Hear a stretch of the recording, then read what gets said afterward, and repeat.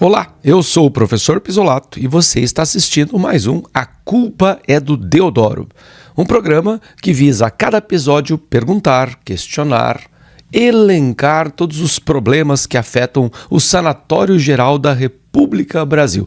Um país que pode nos matar de diversas maneiras, mas com certeza de tédio não, porque é um país que de fato apresenta tantos problemas, apesar de não conseguir produzir as soluções na medida necessária. E muitas vezes as próprias soluções são elas os problemas. E o tema do episódio de hoje é justamente sobre isso. O Brasil é um país que tem cura?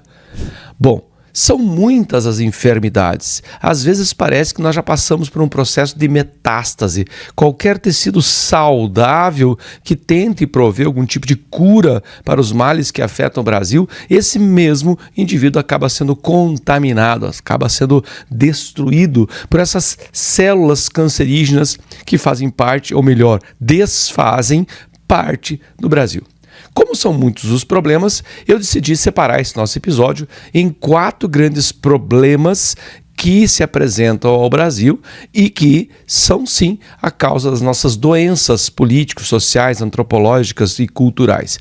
Começando, claro, o nosso primeiro problema, talvez o mais grave de todos os problemas, afinal de contas, cerca de 26% dos brasileiros, isso mesmo, 26% dos brasileiros estão sobre governança criminal. O que é a tal da governança criminal? Governança criminal é quando você vive numa área em que o Estado não é presente. Existe um Estado paralelo, um Estado criminoso paralelo. Isso em segurança pública é chamado de black spots. E esse é o nosso primeiro problema. O problema A do Brasil, a primeira enfermidade, talvez aquela que seja a mais grave, já que com ela, as outras terão muita dificuldade de serem solucionadas. Trata-se de segurança pública. Veja, qual é a função do Estado? Quando o ser humano resolveu que ele ia transferir parte do seu poder, da sua liberdade, da sua habilidade de tomar decisões, transferido para o Estado. O que ele visava com isso? Por que eu abri mão de proteger o meu próprio patrimônio, isso, claro, lá na antiguidade, muito tempo atrás, quando surgiu o chamado Estado Civil? Bom, a breve introdução do que seja essa distinção aí, bastante pedagógica. Existe uma distinção na filosofia política que é chamada de Estado de natureza e Estado civil. Estado de natureza é aquele onde ainda não há leis, a ausência de leis, ou seja, aquele estágio mais primitivo da evolução humana. Esse é o Estado de natureza. Os filósofos não concordam muito quanto a como era esse Estado de natureza. O fato é que, embora alguns filósofos considerem que eram muito violentos esse estado de natureza, como Thomas Hobbes, por exemplo, afirma que nós vivíamos num caos constante, uma guerra constante, e para poder ordenar a vida humana, criou-se o Estado Civil, as leis, mais ou menos como nós entendemos de forma bem simples o que é um Estado. Outros autores, um pouco mais, digamos, otimistas, para não dizer progressistas para a época, caras como Jean-Jacques Rousseau, que aliás era uma das leituras prediletas de Karl Marx. Rousseau dizia que o homem era bom por natureza e que a propriedade privada que causou todo o desassossego, todo o mal na sociedade.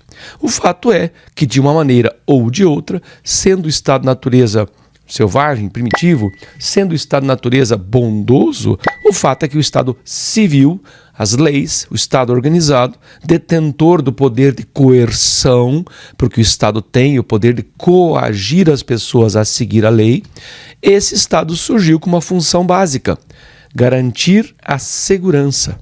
Veja, alguns autores, por exemplo, como John Locke, vai considerar que existem direitos naturais: vida, liberdade e propriedade. Seriam os 3 grandes direitos naturais. Vou repetir: vida, liberdade e propriedade. Para garantir esses 3 direitos naturais é que teria surgido o Estado. O Estado existe para garantir a vida, garantir a liberdade e garantir a propriedade. Veja que eu disse garantir, porque vida, liberdade e propriedade não pertencem ao Estado. Não são serviços que eles nos devolvem gentilmente. Embora, bem da verdade, alguns políticos e alguns juízes pensam que de fato pertence a eles esses direitos e cabe a eles, essas almas iluminadas, nos transferir o prazer de recebermos os serviços que, na verdade, são nossos anteriormente à presença do próprio Estado. Bom, entendido que é função do Estado. Quando eu digo função do Estado, quero dizer o Estado, não necessariamente o STF. Mas, enfim, segurança pública é, de fato, dever, gestão do Estado, não do STF. Como a gente tem visto, especialmente no que tem acontecido em outubro no Rio de Janeiro, ou seja, a polícia tentando lutar, sim, porque é uma guerra, contra o crime organizado e recebendo punições, recebendo cerceamento, recebendo reprimendas, exigindo-se que se investigue ao fato da polícia estar cumprindo o seu papel, qual seja, garantir a segurança. Me parece que, no fundo, quem melhor entendeu o Brasil não são os especialistas em política, não são os homens do Estado. Me parece que o crime entendeu melhor o Brasil que o próprio brasileiro. Primeiro, vamos elencar alguns pontos. Já vou até antecipar. Nós vamos elencar 10 pontos só sobre segurança pública para deixar você pensando ou então para ajudar você a compor a sua opinião a respeito deste primeiro item, que é a questão da segurança no Brasil, e para ver se a gente consegue pensar numa solução para. Bom, item número 1. O debate do mérito com relação à segurança é este que deve ser levado em consideração, e não a narrativa permitida, ou seja, o que eu devo fazer com o criminoso, e não se ele é uma vítima da sociedade, porque se ele cometeu um crime, ele é vítima das suas escolhas, até porque se pobreza fosse causa de criminalidade, todo pobre seria criminoso. Isso é um erro lógico básico. Então, o primeiro item é esse. O tema deveria ser o mérito da questão e não essas perfumarias em torno da questão. Segundo item, na nossa lista de 10, não há simetria moral entre um policial e um criminoso. Se por acaso você pensar assim, não, mas se o policial for desonesto, bom, aí ele não é mais um policial, ele passa a ser um criminoso. Não há simetria moral entre um policial e um criminoso. Ou seja, a mão que eu vou pesar para julgar um policial, se ele cometeu ou não algum excesso, não é a mesma mão que eu vou usar para pesar um criminoso. Um criminoso é alguém que viola a lei. Violando a lei, ele deve sentir a pressão do Estado. Porque se o criminoso entende que o benefício de ser criminoso é maior do que não ser, passa a ser viável a vida do crime. Bom, aí eu já tenho uma primeira resposta à nossa pergunta de como curar, nesse caso, a segurança. Simples. Para curar o Brasil no critério criminalidade, nós temos que tornar o crime custoso. O crime tem que sair caro, muito caro. Eu diria até desproporcionalmente caro. As penas teriam que ser muito severas para mostrar para aqueles que ainda não entraram no crime que entrar no crime não é vantajoso. Terceiro item, uma coisa quase que um cancro que se instalou no Brasil, que é com relação à beatificação do bandido. Ou seja, o bandido passa a ser um santo. Isso tem um pezinho bem profundo no marxismo, porque existem algumas correntes marxistas que entendem que o comunismo, que o socialismo de Estado não vai mais se implantar por uma revolução do operário, uma revolução do proletário, como pensava Karl Marx. Eles acreditam que a revolução se dará pelo que eles chamam de lumpenproletariado. O que é um lumpenproletariado? É o marginal, é o criminoso, é o traficante, é o narcoterrorista. Esse indivíduo é um oprimido pela sociedade e ele está lutando contra essa opressão. Perceberam aí, quem entende um pouquinho de marxismo, aquela história do oprimido e opressor? Pois é, o criminoso, ele só está no crime porque ele está reagindo àquela sociedade que o oprimiu. Vai daí essa beatificação do bandido. Um quarto item que eu já andei mencionando, pobreza pode até ser um dos fatores que possam empurrar alguém para o crime, mas ela não é causa do crime, porque senão, do contrário, todo pobre seria criminoso. Quando você vai para uma favela dessas como aquelas que a polícia andou subindo aí em outubro de 2025, Penha, Alemão, essa região, quantas pessoas moram lá? 50, 60, 70 mil pessoas? Quantos indivíduos estão no tráfico? 100, 200? E as outras pessoas? As outras pessoas são trabalhadoras. Prova é que uma pesquisa recente da Atlas Intel aprovou, isso mesmo, a população aprovou as operações da Polícia do Rio de Janeiro para tentar deter o tráfico. Um quinto item, quando eu falo tráfico, narcotraficante, narcocriminoso, até os narco-estados, é preciso que a gente compreenda que o crime, o faccionado, seja Comando Vermelho, seja PCC, eles não lidam mais apenas com o tráfico de drogas. Eles estão lidando com território. Isso mesmo. Quando você mora numa área de governança criminal, como eu falei no início desse episódio, cerca de 26% da população brasileira mora em áreas dominadas pela governança criminal, você está sujeito territorialmente às vontades daquele grupo criminoso. Você não vai comprar o gás numa distribuidora de gás que possa fazer um preço mais camarada, numa promoção. Você não vai escolher tua internet na empresa que melhor lhe convier. Você é obrigado a comprar o gás da empresa, ou melhor, do próprio crime organizado. Você é obrigado a pagar a internet como uma CVNet, que é a internet do Comando Vermelho. Você pode ser até expulso da sua casa, do seu apartamento, porque o crime organizado vai tomar para ele para alugar para outra pessoa. Isso se o crime organizado não estiver extorquindo dinheiro do seu negócio. Só para você estar numa área de governança criminal, você deve pagar ao crime por isso. A gente já ouviu até casos do crime organizado cobrar condomínio de prédios. Isso mesmo, pagar condomínio. Isso lembra muito aquela coisa da máfia que a gente vê nos filmes, né? A máfia extorquindo as pessoas. E no caso do crime organizado é violação de território. Cabe ao Estado retomar esse território, esses black spots, esses pontos negros em que o Estado não tem acesso. Esse é o quinto item, que não se trata apenas de drogas, mas sim de uma questão territorial, violação de soberania, portanto. Um outro item que eu considero bastante importante, que a gente está chegando no meio dessa minha lista, ultrapassando o meio dessa minha lista, é a questão do fetiche verbal. O fetiche verbal é uma espécie de guerra pela imaginação do público. Você sabe o que significa uma coisa chamada janela de Overton? Overton era um psicólogo. Ele provou que certas coisas que qualquer pessoa consideraria absurdas, depois de uma manipulação imagética, uma manipulação da cognição das pessoas, essas coisas passam a ser aceitáveis. Vou simplificar. Imagine algo assim, ó. O crime. Se eu falo crime, você entende que é uma coisa errada, né? Crime é uma coisa errada. Só que eu quero, a partir de agora, convencer você que o crime é uma coisa boa. Ou seja, eu quero mover o crime que está fora dessa janela de perspectiva das coisas aceitáveis. Então imagine, você está olhando aqui, o crime está para o lado de fora dessa janela. Não é aceitável.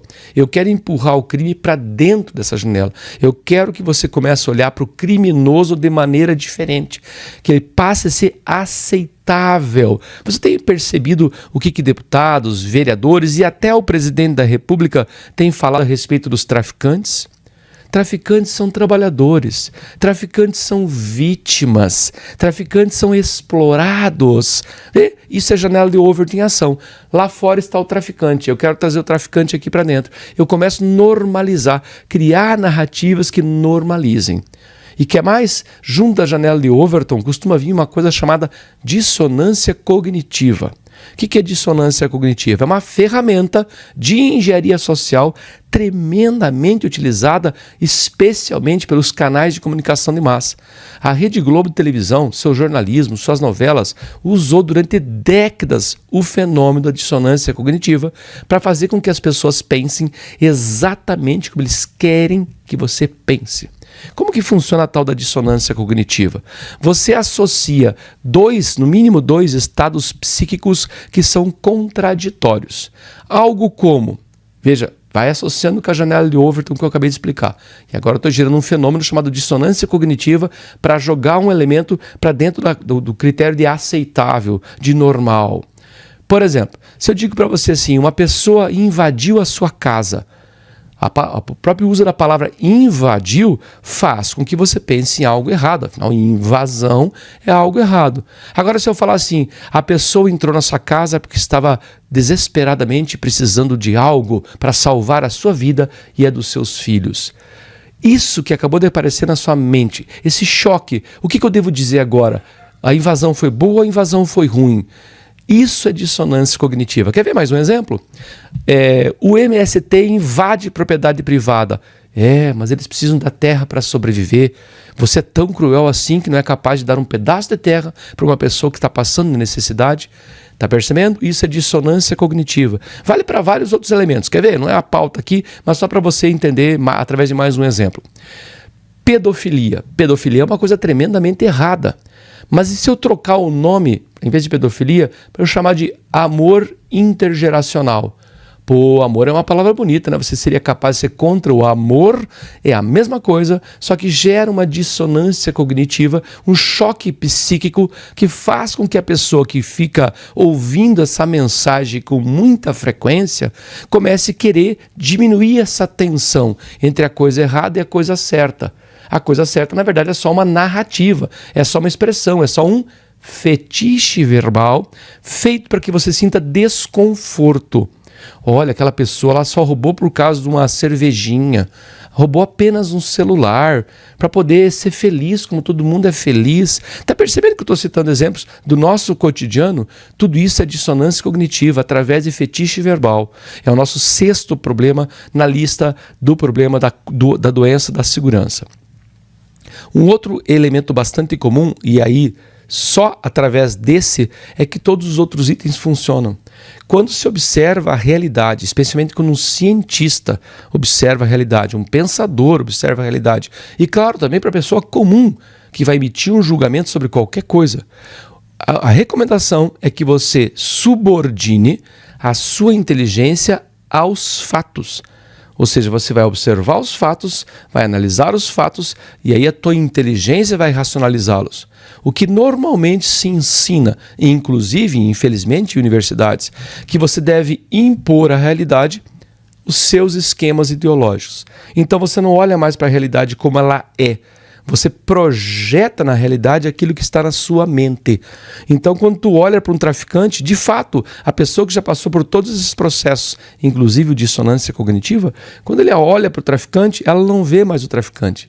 Porque ela não olha mais objetivamente para a realidade. Ela já está em dissonância com a realidade. Já é quase uma pessoa histérica. O item número 8. Sentimento não é argumento. Nesse caso que eu inicialmente citei, o caso das operações da polícia no Rio de Janeiro. Aquela cena claramente preparada dos indivíduos lá, só de cuequinha, numa fila no meio da rua, dispostas para uma fotografia bastante impactante. Aquelas mães, aquelas esposas, aqueles pais chorando. Tudo bem, a gente sente a dor de uma mãe que vê um filho morrendo, a gente faz ideia do que seja um pai perder um filho. A gente consegue, através da alteridade e empatia, sentir coisas como essa. Mas sentimento não é argumento. Nós não podemos analisar o que ocorreu através do choro das mães. Porque sentimento, sim, deve ser levado em consideração em muitas análises que envolvam a questão social. Mas eu não posso dizer assim, não, então se uma mãe chorou diante de um corpo, obviamente essa pessoa era inocente. Não faz o menor sentido, porque sentimento não é argumento. Da mesma maneira, se você observou as reações a esta tal operação da polícia no Rio de Janeiro, muita gente não só demonstrava sentimento como se fosse argumento, isso é obviamente incorreto, como também procurava fazer de forma escandalosa, de forma histriônica, barulhenta. Barulho também não é argumento. A gente, claro, de novo, né, em nome da alteridade, da empatia, você consegue tentar balancear o que está ocorrendo ali. Mas na hora de analisar a situação, você não pode usar o sentimento como argumento. Você não vai inocentar um criminoso que morreu porque a mãe dele está chorando ou gritando. Aqui eu faço uma analogia que nem é minha, eu não lembro quem foi o filósofo que falou isso, ou, na verdade foi até um escritor de teatro, um dramaturgo. Ele diz assim, olha, sentimento não é argumento. Hitler chorou quando o canário dele morreu, nem por isso era uma pessoa moralmente aceitável. E uma galinha, quando bota o ovo, cacareja como se estivesse botando um asteroide. Nem sentimento, nem argumento, nem sentimento e muito menos barulho são argumentos quando se analisa friamente uma questão social. Um 10º ponto, passado por esse do sentimento e do barulho, é que quase todas essas discussões, especialmente quando há controle narrativas por parte dos governos, dos estados, que eles estão mais preocupados em combater o efeito e esquecem das causas. Ou seja, começa a se olhar para os criminosos que morreram, para as condições da favela, tudo menos as causas. A causa do crime é o próprio crime. Eu não posso ficar procurando uma única causa. Eles são pobres, por isso que roubam. Já discutimos esse ponto. Pobreza não é causa de criminalidade. Ele é negro, por isso ele rouba. Se fosse, da mesma maneira, se fosse verdadeira essa afirmação, todas as pessoas negras eram criminosos. Então, o que eu estou fazendo? Eu estou tentando combater o efeito. Aquele sujeito morreu. Então eu passo a discutir o morreu. E não vou discutir por que ele morreu. Ele morreu porque ele apontou um fuzil AR-15 para a cara de um policial. E qualquer pessoa que se atreva a apontar uma arma para o Estado, aquele que detém o poder de coerção, vai sentir o peso do Estado. Ou vamos esquecer da Débora, por exemplo, que escreveu numa estátua com batom, perdeu o mané. E está lá sofrendo as punições, tudo que já sofreu e que ainda vai sofrer adiante por ter feito isso. Aquele que desafia o Estado, por mais que nesse caso que eu tenha citado por último, obviamente é uma excrescência, é um erro judiciário grave, mas isso é assunto para depois do intervalo, porque agora vamos dar um apoio àquele que nos apoia. Nos vemos depois do intervalo. Com uma equipe experiente de jornalistas do Brasil e América Latina, a Mundial tem o compromisso de oferecer um canal de notícias em português, em primeira mão e imparcial. Notícias para o Brasil, a sua nova visão do mundo. E voltamos com o nosso A Culpa do Deodoro. Na primeira metade, nesse programa, na primeira parte, nós analisamos como a segurança pública é uma doença do Brasil, como que é construído esse fenômeno que já perdura há décadas, sim, décadas. Comando Vermelho, por exemplo, nasceu em 1979, numa associação, numa prisão, chamada Prisão de Ilha Grande, quando o Estado, à época o regime civil-militar, cometeu um erro grosseiro de estratégia, que foi colocar membros da esquerda revolucionária, que haviam recebido treinamento em guerrilha, inclusive em Cuba, a chamada Aliança Libertadora Nacional, cujo criador é outro herói da esquerda, que é o Marighella. Marighella foi, de fato, alvejado pela polícia, mas, de novo, é aquele problema de você reage ao Estado com armas, você corre o risco de morrer no confronto com a polícia. Mas, dito isso, que é essa clara associação entre a esquerda radical lá dos anos 70, 79, para ser mais preciso, e o Comando Vermelho, ou seja, a esquerda radical ensinou as táticas de guerrilha que tinha aprendido em Cuba e ensinou os criminosos comuns que passaram a criar esse modelo de terrorismo que inicialmente sim se baseava no tráfico e hoje, como nós analisamos no primeiro bloco, já se estendeu ao território da nação. Agora nós vamos analisar uma coisa um pouquinho mais pesada, uma coisa mais filosófica, porque nós temos que entender que todo esse processo, e talvez você já tenha se perguntado por que a esquerda tem sempre essa admiração pelos criminosos, por que as novelas, por que os filmes, os artistas, os cantores, enfim, e claro, especialmente os políticos da esquerda, os jornalistas financiados, os artistas contratados, vulgarmente chamados de jornalistas, têm essa predileção pelo crime. Bom, isso é mais profundo que essa questão que nós analisamos inicialmente com relação às condutas humanas. Tem a ver com projeto. Isso não é uma coisa que é acidental, que aconteceu por acaso. É um projeto. São dois itens. Um é chamado teoria dos sistemas e o outro é chamado criminologia crítica.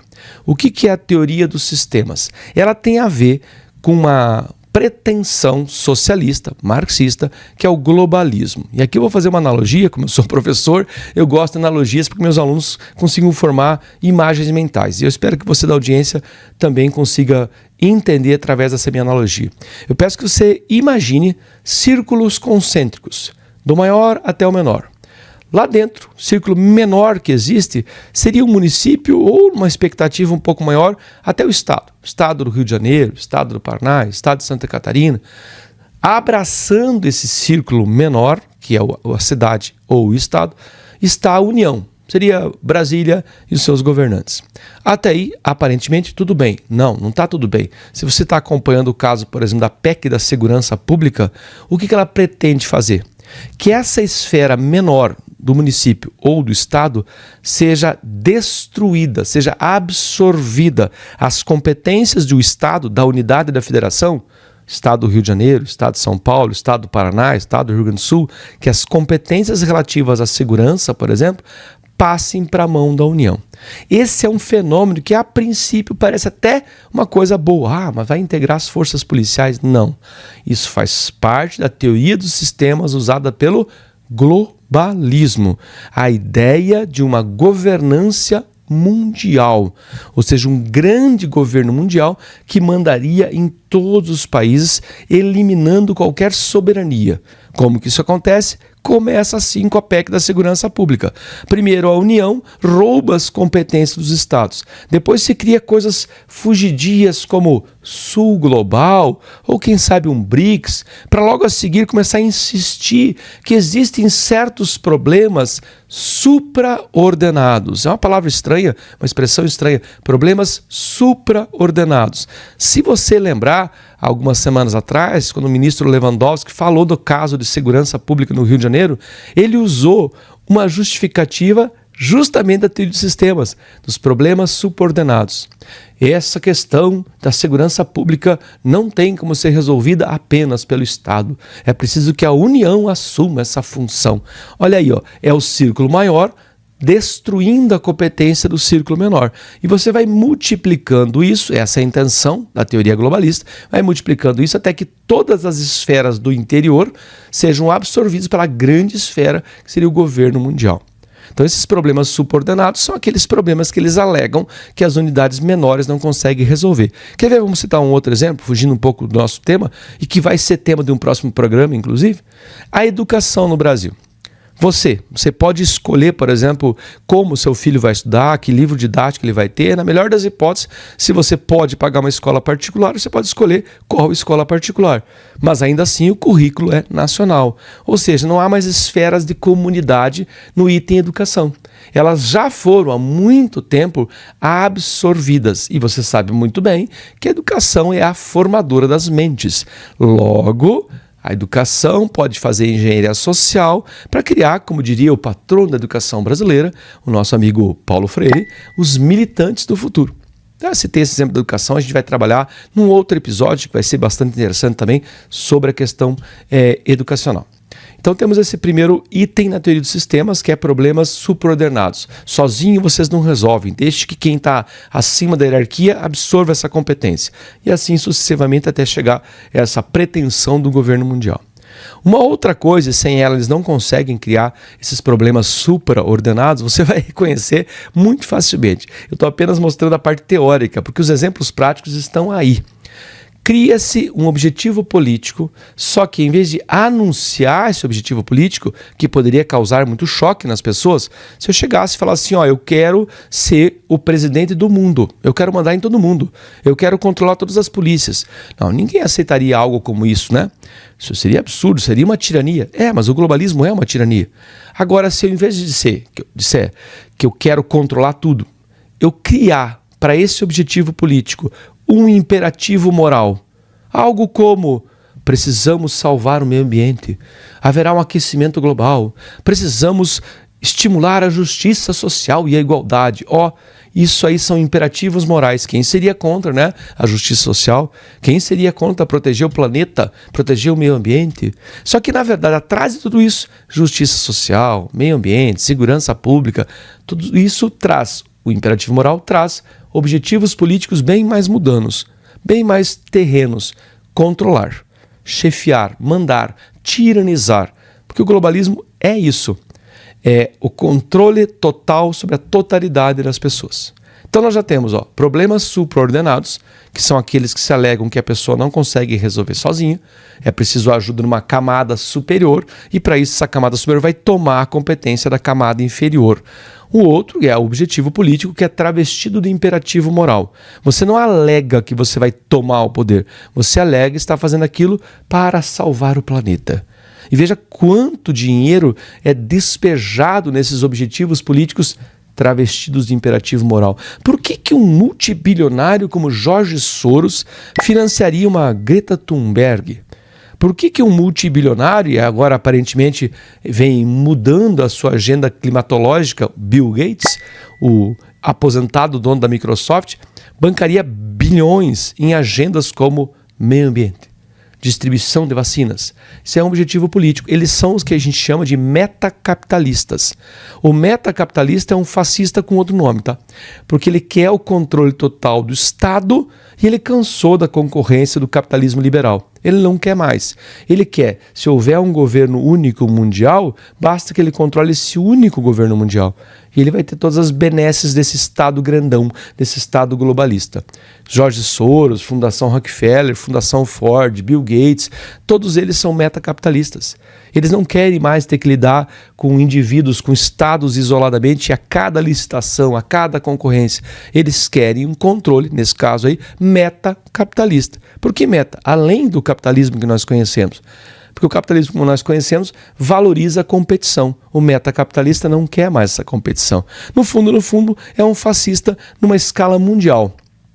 Sim, porque o fascismo é o quê? Nada fora do Estado, nada contra o Estado, nada acima do Estado. Nesse caso, eles querem um Estado mundial, nada estaria fora desse Estado mundial. Nós vamos fazer um programa um dia muito especial sobre certas instituições da qual o Brasil alimenta, faz parte, contribui, mas eu gostaria de mencionar pelo menos uma delas. A ONU. A ONU, quando nasceu com o intuito de ser o primeiro mecanismo, a primeira instituição de governança mundial. Se você olhar os documentos da ONU, os documentos da Unesco, todos eles mencionam esta ideia de problemas supraordenados, as ideias de imperativo moral que justificariam as intervenções da ONU. Mas vamos seguir com esse nosso segundo problema relacionado ao Brasil. Claro que esse é um problema mundial, mas que vem sendo aplicado no Brasil. Portanto, é uma doença que o Brasil também precisaria procurar a sua cura. Para que tudo isso funcione, para que o imperativo moral, que na verdade traveste, esconde um objetivo político bem mais espúrio, controlar. Para que esses problemas supraordenados sejam introjetados, as pessoas entendam que tem que ser feito aquilo mesmo, que crie uma claque, uma plateia que siga, que pregue, que defenda esse tipo de agenda, é preciso que algumas pessoas sejam melhores que as outras. Por que aquela pessoa dizendo aquilo deve ser ouvida e obedecida, ou seguida ou idolatrada? Por que aquela pessoa deve ser ouvida? Bom, é porque para que a teoria dos sistemas funcione, é preciso que haja lideranças esclarecidas e virtuosas. Então tu olharia para uma Greta Thunberg e pensaria, nossa, uma menina tão jovem, com uma consciência tão esclarecida, né? Lembra da fala dela na ONU? Como vocês ousam? Ou seja, é o olhar de cima para baixo, é o olhar de uma pessoa que se sente superior, é o olhar de uma liderança esclarecida e virtuosa. No nosso caso, nós temos muitos. Um Alexandre de Moraes, que se entende como mais esclarecido que os outros, tanto que ele não precisa nem sequer seguir a lei, porque a lei para ele é algo natural, vem dele, emana dele.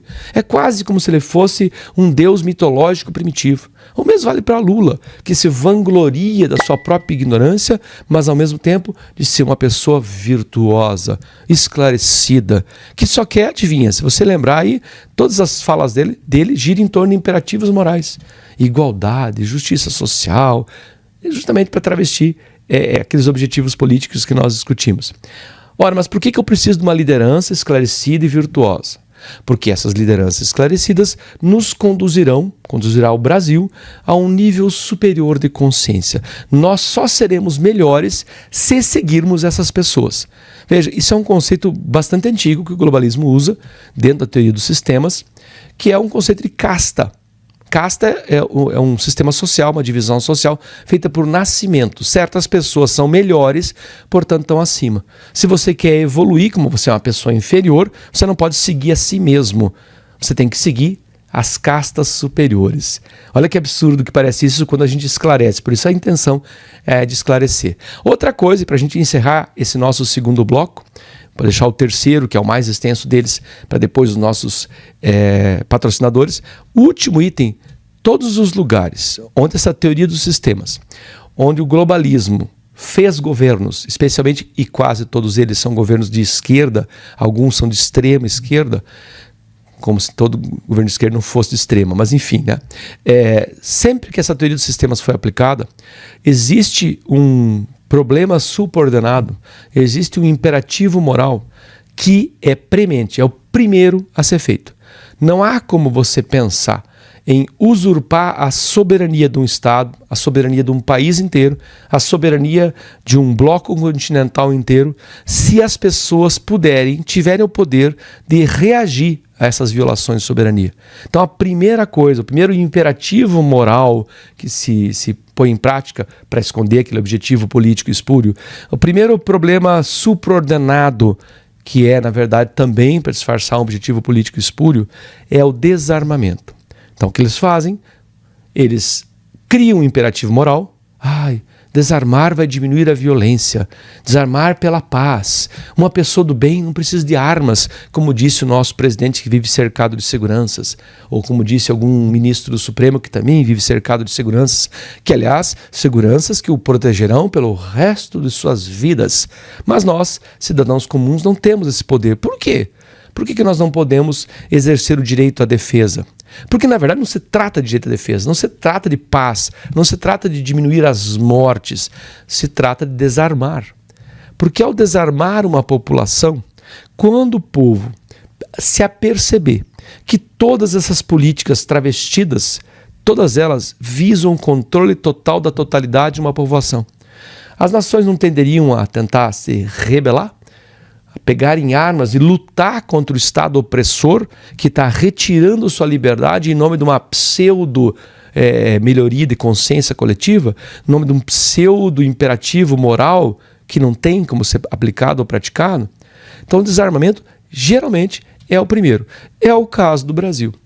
Quando se fez o referendo das armas, que a população decidiu que queria continuar tendo acesso às armas e foi completamente ignorada nos seus desejos, nós já estávamos vendo a agenda globalista em ação. Desarma-se a população, depois vem-se com as outras agendas, sempre daquela fórmula, né? O imperativo moral, para fazer com que as pessoas sintam a dissonância cognitiva, caso não apoie. Justiça social, a paz. Você seria contra a paz? Você seria contra a justiça social? Lembra, isso é só um disfarce. É uma democracia trans. Coloca-se algo na agenda para a pessoa se sentir desconfortável. E a gente sabe que o ser humano, ele é gregário. O que significa gregário, professor? Gregário é uma característica antropológica humana que faz com que o ser humano queira participar. Veja, nosso grupo aqui, ó. Nós sentimos prazer em estarmos aqui conversando, eu comentando com vocês no chat depois. Isso aí é gregarismo, a vontade de participar de um grupo. Agora, quando você sofre dissonância cognitiva, ou seja, um desconforto na psique, na mente, que leva você a adotar a postura de menor tensão psicológica, ou seja, entre a ideia de justiça social, paz e igualdade e a ideia de ter uma arma para se defender. A arma parece uma coisa ruim, justiça social parece uma coisa boa. Surgiu a dissonância, você vai naquela de menor tensão, que é a paz, que é a justiça social. E aí, quanto mais pessoas se comprometem com essa agenda, aí entra o gregarismo. Porque o ser humano, por ser gregário, isso já foi provado cientificamente, tá? Quando o ser humano é gregário, ele se compromete com a mesma agenda consecutivamente. Então, se eu escolhi justiça social hoje, ou igualdade, ou paz, no lugar das armas para me defender, em todas as outras situações e a cada nova situação, cresce o meu comprometimento com aquela agenda. E aí, depois de um certo tempo, você perde completamente a autonomia e acaba sempre seguindo a mesma agenda gregária, a mesma agenda comprometida. E aí fica muito difícil retirar uma pessoa desse meio, porque ela já está completamente imersa. Sua psique só consegue pensar daquele jeito. Qualquer outra coisa que se tente fazer com aquela pessoa gera um desconforto. Se você já tentou discutir com um adulto que já tem as chamadas ideias formadas sobre isso que eu estou falando, por exemplo, aquela reação emotiva da pessoa, aquela reação até raivosa da pessoa. Por quê? Porque quando você aponta para ela as falhas do raciocínio dela, ela não vai, como eu falei no bloco anterior, ela não está olhando para a realidade através da inteligência e dos fatos. Ela está projetando sobre a realidade as suas ideologias, as suas formas de pensar. E quando você aponta para ela as falhas da forma de pensar, ela não está usando a inteligência para entender os teus argumentos. Ela está se sentindo ofendida pessoalmente. Os seus sentimentos é que foram ofendidos. Porque lembre-se, sentimento para essas pessoas é argumento. Então, se você questiona o argumento, que na verdade é o sentimento, elas se sentem moralmente ou emocionalmente ofendidas. Emocionalmente, porque ela não olha para o mundo com a razão, ela olha para o mundo com o sentimento, ela sente o mundo, ela projeta no mundo tudo aquilo que está dentro do conjunto ideológico dela. Mas esse aqui é o nosso segundo bloco, nossa segunda doença, que é basicamente a teoria dos sistemas, que é o globalismo. Nós ainda temos mais um probleminha para resolver, mas isso eu vou deixar para depois do nosso querido apoiador, que é graças a ele que a gente consegue manter esse programa e, claro, graças à vossa audiência. Nos vemos depois do intervalo. Com uma equipe experiente de jornalistas do Brasil e América Latina, a Mundial tem o compromisso de oferecer um canal de notícias em português, em primeira mão e imparcial. Notícias para o Brasil, a sua nova visão do mundo. Muito bem, estamos de volta com mais esse episódio, A Culpa do Deodoro. Antes de eu continuar, eu vou pedir para vocês, gentilmente, não esqueça de curtir, de marcar um sininho para você ficar sabendo quando rolar outros episódios, comentar aqui embaixo, que isso ajuda a plataforma a divulgar mais ainda o vídeo. Se você tem um amigo ou um inimigo petista, ajude a divulgar esse vídeo mesmo com os inimigos. Quanto mais gente curtir, compartilhar, mais esse vídeo circula, mais a plataforma dá atenção para ele e mais as nossas ideias se espalham pelo Brasil. Então, agradeço desde já a sua contribuição, mas vamos dar sequência à nossa discussão. Nós estamos falando sobre os problemas mais graves que afetam o Brasil. Nós já falamos sobre a falta de segurança pública, discutimos no bloco anterior a questão de como o globalismo afeta as ações políticas tomadas dentro do Brasil. E agora vamos, ainda nessa linha de globalismo e segurança, vamos discutir uma coisa chamada criminologia crítica. Criminologia crítica é ela que leva a tal da insegurança jurídica, que é um dos problemas mais urgentes, né, na superfície do Brasil. Se a gente não resolver a insegurança jurídica, todas as outras doenças que afetam o Brasil não vão conseguir ser resolvidas. Nós temos esse impasse para resolver. E parte desse ponto, a teoria que move o direito brasileiro, que move a jurisdição brasileira, os juízes e até muitos dos advogados, é a tal da criminologia crítica. Essa é bem fácil de entender, ela é, claro, um conjunto marxista. Eu até já andei dando umas pitadas no primeiro bloco. Ela entende que a revolução socialista se dará pelos marginais, aqueles que são oprimidos. Pode ver, toda a discussão da esquerda, quando se vê um bandido morto pela polícia, porque reagiu às armas da polícia, ele passa a ser uma vítima. O bandido é uma vítima da condição social, uma vítima da exploração burguesa, uma vítima. Isso é criminologia crítica. Ela entende que a punição, a morte quando enfrenta um policial armado, ou a prisão, a punição não é uma punição pelo crime cometido. A punição na criminologia crítica é um mecanismo de opressão aos pobres. Percebeu a dissonância cognitiva que nós discutimos no bloco anterior? Quando eu digo crime, você obviamente pensa no errado. Quando eu digo opressão, você sente um desconforto se você estiver, claro, sofrendo dissonância cognitiva. Você que é da nossa audiência, não, mas que sirva de alerta para outros fenômenos que possam ocorrer. Esse caso da engenharia social da dissonância cognitiva. Então, repetindo, o que é a criminologia crítica, que é marxista, que é socialista, que é comunista, portanto, em essência, faz com que se pense ou acredite ou que estimule as práticas jurídicas nessa direção. Toda punição é entendida como um mecanismo de opressão aos pobres. Por isso essa insistência sempre que o criminoso é pobre, é vítima da pobreza. Isso é feito para gerar dissonância cognitiva. Portanto, todo criminoso é vítima e todo aquele que pune é um opressor. Ora, entre vítima e opressor, se você pegar essas duas palavras no ar, vítima, opressor, de qual lado você ficaria se você não conhecesse todo o processo de engenharia social por trás? Olha, claro, a gente deve ficar ao lado da vítima, né? Não do opressor. Olha a dissonância cognitiva de novo. Bom, essa criminologia crítica que entende que o bandido é uma vítima, que é um coitado, que merece atenção, ela leva o que a gente conhece como insegurança jurídica, que é essa sensação que nós que somos pessoas honestas e trabalhadoras, a qualquer momento somos punidos, por exemplo, por emitir uma opinião. Falar hoje é mais perigoso para quem fala. Eu aqui, por exemplo, corro mais risco de ser preso do que se eu fosse um traficante. Imagine para grandes empresas que buscam espaços de liberdade, inclusive econômica, financeira, poder ganhar dinheiro, vir para um país que tem essa mentalidade. O rico é o opressor, O verdadeiro criminoso, como disse o recém-impossado ministro Boulos, está na Faria Lima, não nos traficantes. Olha só a dissonância cognitiva, tentando normalizar o tráfico e culpar aquele que gera riqueza. E não estou dizendo que lá na Faria Lima não tenha criminosos também, mas é bem provável que muitos deles, esses da Faria Lima que estão ligados ao crime, estejam ligados ao mesmo crime organizado que ele disse que lá não havia problemas. Isso gera insegurança jurídica. Mas também, esperar o quê, né? Nosso país usa como símbolo da justiça aquela famosa estátua à frente do STF, né? Aquela que a Débora pichou com batom, ou perdeu uma estátua do Alfredo Ceschiatti, um italiano. É aquela estátua da justiça que ela está sentada com a espada sobre o colo. Você percebeu que a espada, o símbolo da justiça, geralmente é a senhorinha, a mulher, com uma balança. Tá? Aquela balança identifica justamente a ideia de justiça. Então, se você colocar algo num prato, a balança vai se desequilibrar. Se você colocar algo do outro lado da balança, para ela voltar ao lugar. Porque esse é o conceito de justiça. Dar a cada um o que é devido. O conceito de justiça é quando há uma ofensa, um ofensor e um meio entre eles. Hoje não existe mais isso, né? Nós vivemos um tempo de insegurança jurídica, de dinamismo interpretativo, a lei positiva foi abandonada, então o juiz pode não gostar da tua cara, pode não gostar do teu partido político, ele decide que você vai ser punido com mais severidade. Nós não tivemos muito recentemente o caso do racismo recreativo, onde o ex-presidente Bolsonaro brincou com um colega dele, amigo dele inclusive, que é o youtuber e influencer, sobre o cabelo bombril, né? Que é um típico cabelo afro.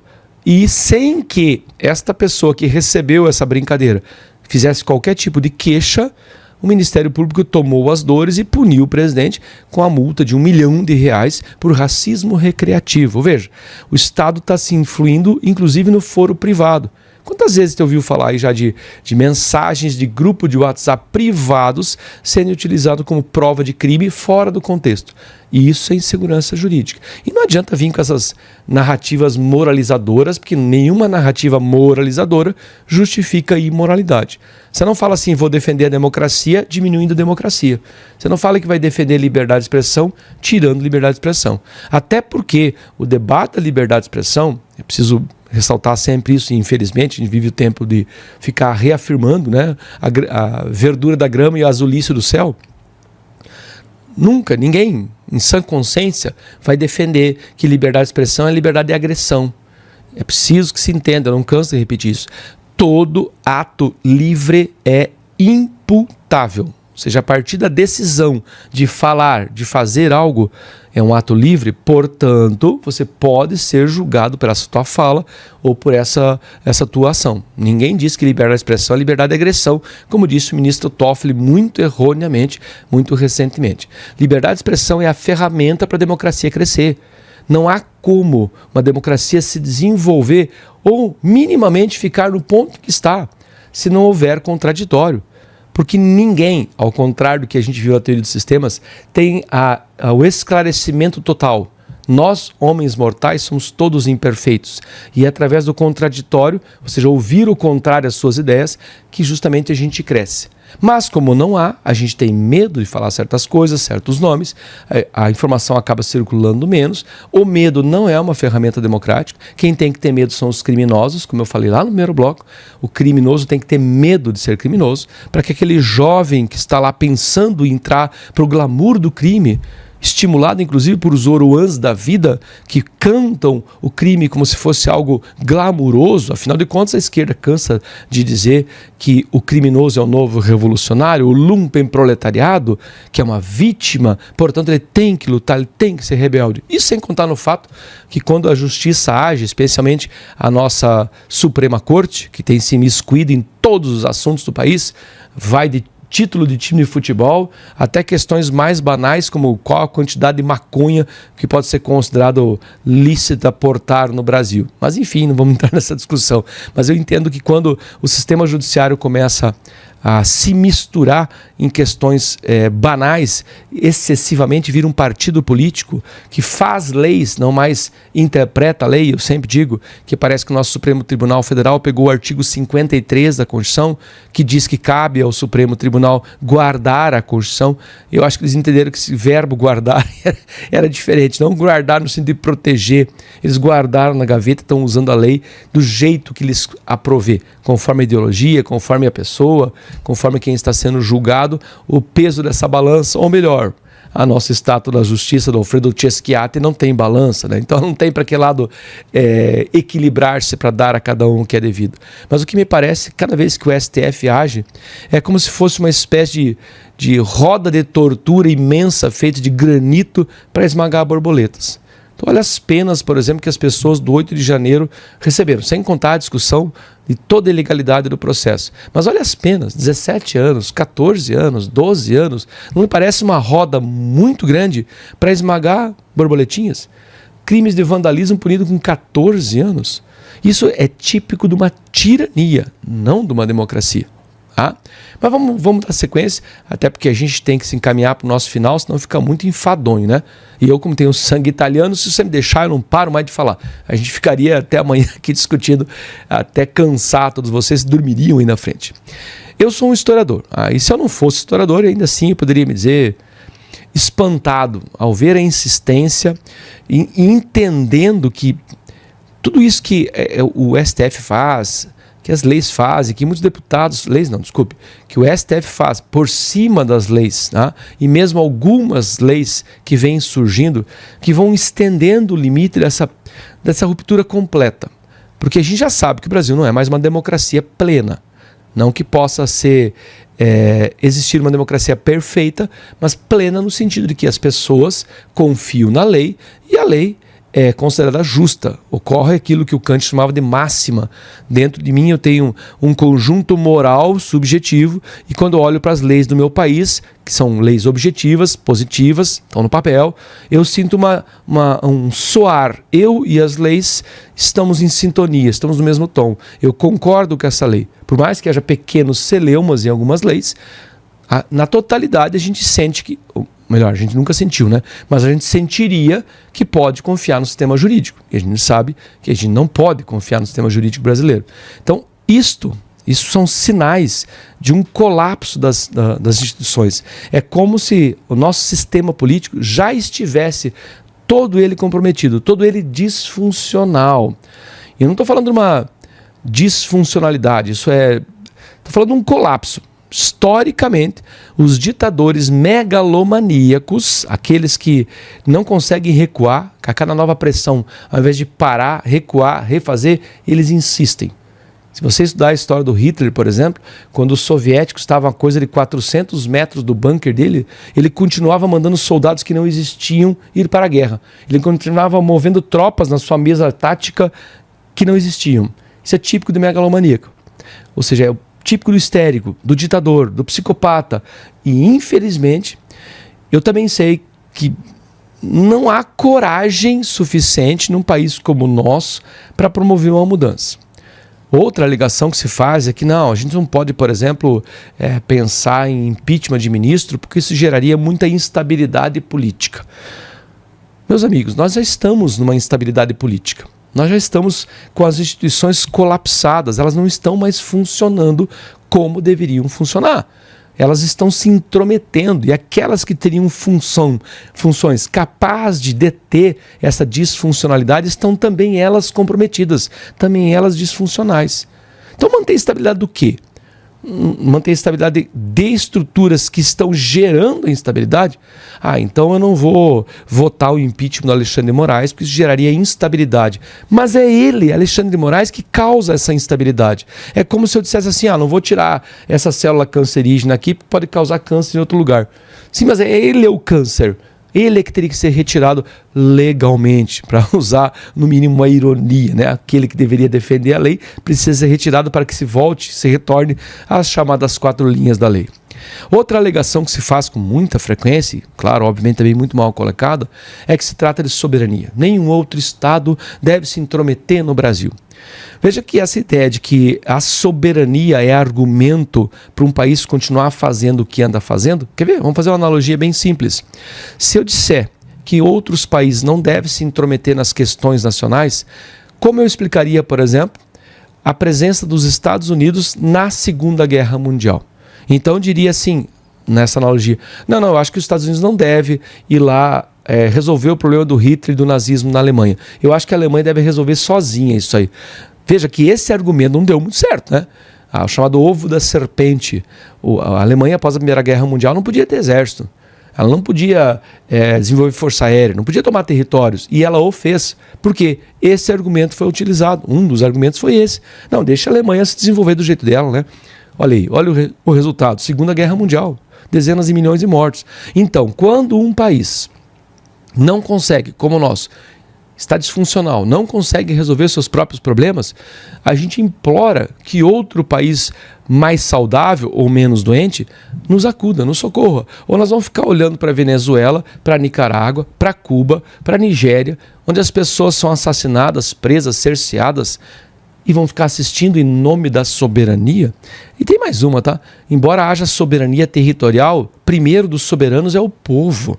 Então, se o povo está sendo oprimido por uma doença política, a gente precisa sim de ajuda, nem que seja um antibiótico importado. Tá? Outra coisa bastante comum, tá, é quando se trata de discussões sobre tira ou põe algum político, ou mesmo no sistema eleitoral, porque preciso dizer que essa talvez fosse a nossa terceira maior problema, que é a questão dos próprios políticos. Aí tem uma frase muito legal, um ditado árabe que diz assim: quando um porco toma um castelo, o porco não vira rei, é o castelo que vira chiqueiro. E é disso que se trata. Nós colocamos para nos conduzir, em sua maioria, não estou dizendo que são todos, mas em sua maioria, os piores entre nós. Nós não conseguimos escolher políticos que sejam verdadeiros líderes, que sejam íntegros, que sejam honestos. Veja bem, esse é o nosso problema. Aliás, se nós fôssemos leões, imagine que nós fôssemos leões, e nós escolhêssemos o líder dos leões como nós escolhemos políticos. Nós escolhemos políticos pela média. Nós escolhemos políticos pela representatividade demográfica. Não, eu vou votar no Romário porque ele jogava bem futebol. Aí eu vou votar no Sérgio Reis porque ele é um bom cantor sertanejo. Eu vou votar no fulano porque ele ganhou o Big Brother. Não terias que se escolher políticos que fossem de fato políticos honestos, íntegros, que pensassem, no mínimo, como diria Sobral Pinto, hoje eu estou cheio de citação, né? Sobral Pinto dizia assim, olha, não há uma civilização que se funde na má fé. Se houver má fé, só há barbárie, dizia o grande advogado Sobral Pinto, que aliás enfrentou algumas ditaduras. É preciso que haja um acordo quanto a agir de boa fé.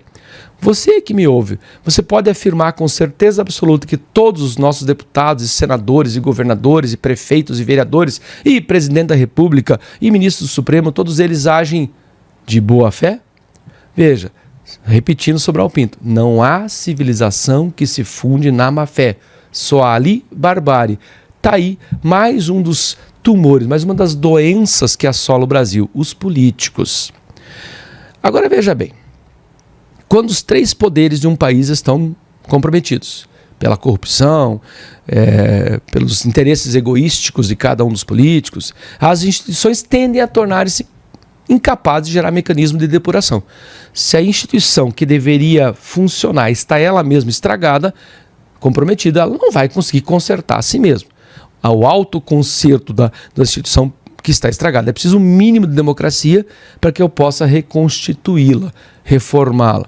Historicamente, nesses casos aí, quando não há saída institucional, e é improvável que haja saída institucional sem uma ajuda alheia às próprias instituições danificadas, disfuncionais, não há ali nenhuma instância moral ou autoridade moral ou mesmo funcional para resolver os problemas, quando não são elas próprias, né, as próprias instituições o problema. Cabe a quem? Em última instância, cabe ao próprio povo brasileiro. E aí eu chego finalmente no último dos nossos problemas, nós mesmos. Talvez o problema do Brasil seja o próprio brasileiro. E aqui eu dou um puxão de orelha em todo mundo. Eu, você, todos. Mas claro, em especial a esquerda e aqueles cujo interesse maior é o próprio benefício, do benefício egoístico. O brasileiro, vamos chamar de medíocre, que aí eu excluo a nossa audiência, aí vocês vão conseguir reconhecer facilmente aquele parente, aquele tio que vai no aniversário de criança com camiseta do PT e já arruma confusão com alguém, né? Esse é o brasileiro medíocre. O brasileiro medíocre, ele gosta de circo, futebol, novela, tudo menos, né? O brasileiro medíocre, ele gosta da mesada do governo. A gente sabe que hoje a proporção de pessoas que vivem de assistencialismo já ultrapassou a quantidade de pessoas que trabalham para sustentar esses mesmos brasileiros medíocres que curtem a mesada do governo. O brasileiro medíocre torce pelo bandido e não pela polícia. O brasileiro medíocre é indiferente à própria mediocridade. A única questão aqui é se a mediocridade já é majoritária. Eu acredito que não, que nós ainda temos salvação pelas mãos dos próprios brasileiros. O filósofo Platão, já estou indo para o nosso finalzinho, o filósofo Platão dizia assim: não se deve nutrir imediatismos, porque quando as instituições estão corroídas, tomadas pelo que há de pior, estou citando Platão, hein?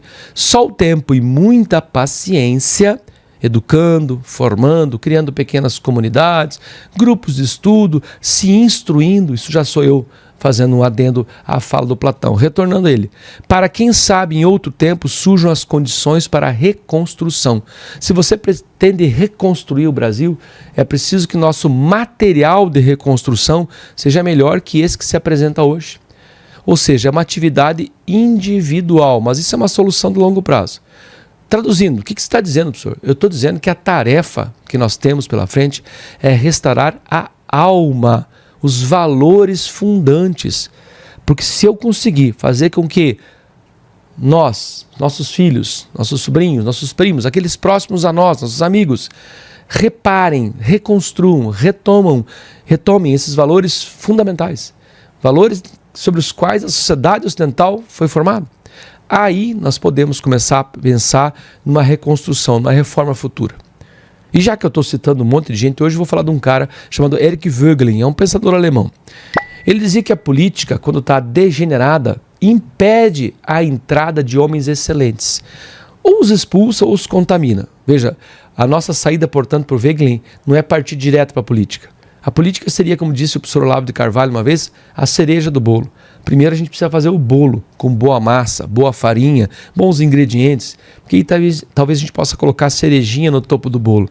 Então é anterior a isso. Porque senão a gente vai ficar nesse ciclo vicioso que a nossa republiqueta já está há 136 anos e nós não conseguimos reconstruí-la decentemente. Então, Voegelin dizia que se a política é tão degenerada, você coloca um homem honesto lá dentro, um homem excelente lá dentro, ou ele se compromete ou ele é expulso. Parece que me lembro de um ex-presidente que, dado aos seus valores, foi expulso da política. Mas enfim, o que resta então? Resta trabalhar a longo prazo, formando essas pequenas comunidades que eu mencionei, comunidades de resistência intelectual, como a nossa aqui. Uma comunidade de resistência intelectual, para que em um futuro mais distante, uma nova geração possa refundar a política com homens e mulheres excelentes como nós. Porque nós não somos perfeitos, não é isso que eu estou dizendo. Estou dizendo que nós estamos tentando nos reconstruir. Você que está me assistindo por quê? Você não quer se tornar uma pessoa melhor? Eu que estou aqui estudando para partilhar com vocês o pouco que sei, porque eu quero me tornar uma pessoa melhor. Se a gente fizesse essa atividade majoritariamente, nós teríamos um país majoritariamente feito de homens melhores. E aí na hora de escolher um presidente, um prefeito, seria até uma escolha, entre aspas, mais fácil, porque nós teríamos uma gama, um plantel maior de homens excelentes. Porque do contrário, meus caros, o homem injusto pode ser esmagado pela frustração de tanto ver a injustiça. Mas, como sempre, eu gosto de deixar para vocês uma mensagem final de ânimo.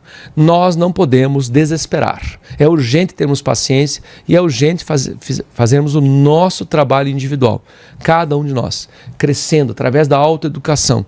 Agradeço a presença de todos vocês e não esqueçam de curtir, de compartilhar, de comentar com os amigos sobre a culpa do Deodoro. Nos vemos na semana que vem. Até lá!